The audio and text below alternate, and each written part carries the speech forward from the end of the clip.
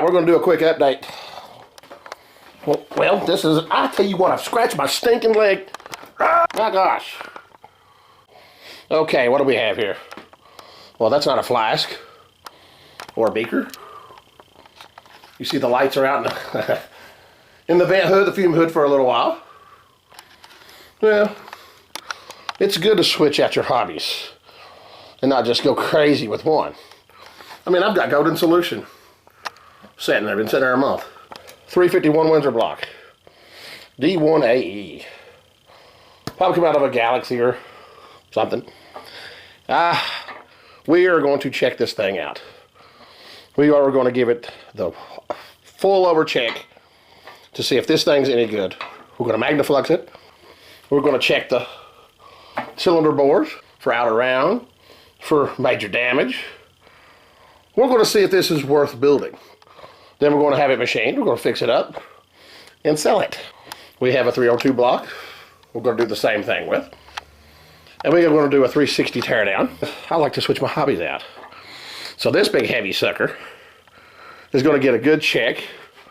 I turned it over so I get the numbers. I forgot it. Now, big claims with these blocks, and it's actually the reason the guy that sold it to me purchased it to, or traded for it to begin with, is these blocks 69 to 71 or 72, can't remember, it's all forum fodder, by the way, supposedly have a higher nickel content, thus making them stronger and making them desirable for, you know, iron head, iron block, racers. And if you listen to the old timer racers, they said they were gobbling these up as fast as they could, in the 80s, probably the 90s. And then, we have some better technology, that you can purchase. If you want to make a poor man's 700 horsepower engine, right there, well, there's no such thing. So, we're going to do all the checks. We're going to concentrate the Magnaflux right here, in this vicinity. Because in the valley, supposedly, that's where they failed the most, of course. Right here, probably some of these water ports, and this valley is where you find your cracks. You find cracks there, well, really find cracks anywhere your light's out. And we're going to do we'll clean it again. I think you remember this, from back last year. That is absolutely more than I could have ever hoped for.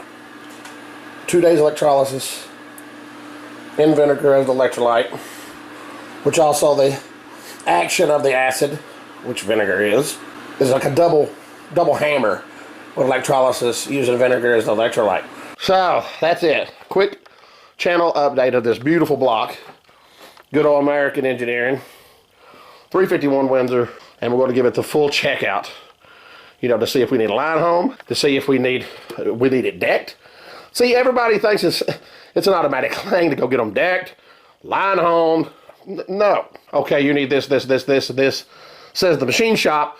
Now give me $300, $400.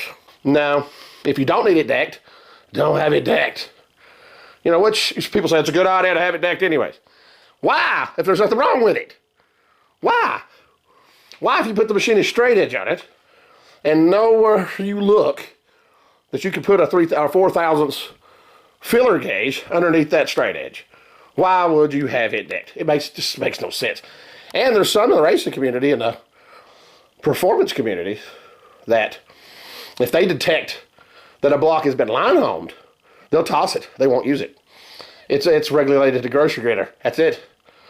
End of story. Because if something got that hot, and there was that much stress on the bottom of this engine that you had to rehome it to line it back up, and that thing's trash. Enough of the rant. You got what we're going to do. We'll be back probably sometime next week, and we'll have the first installment of this 351 Windsor checkout.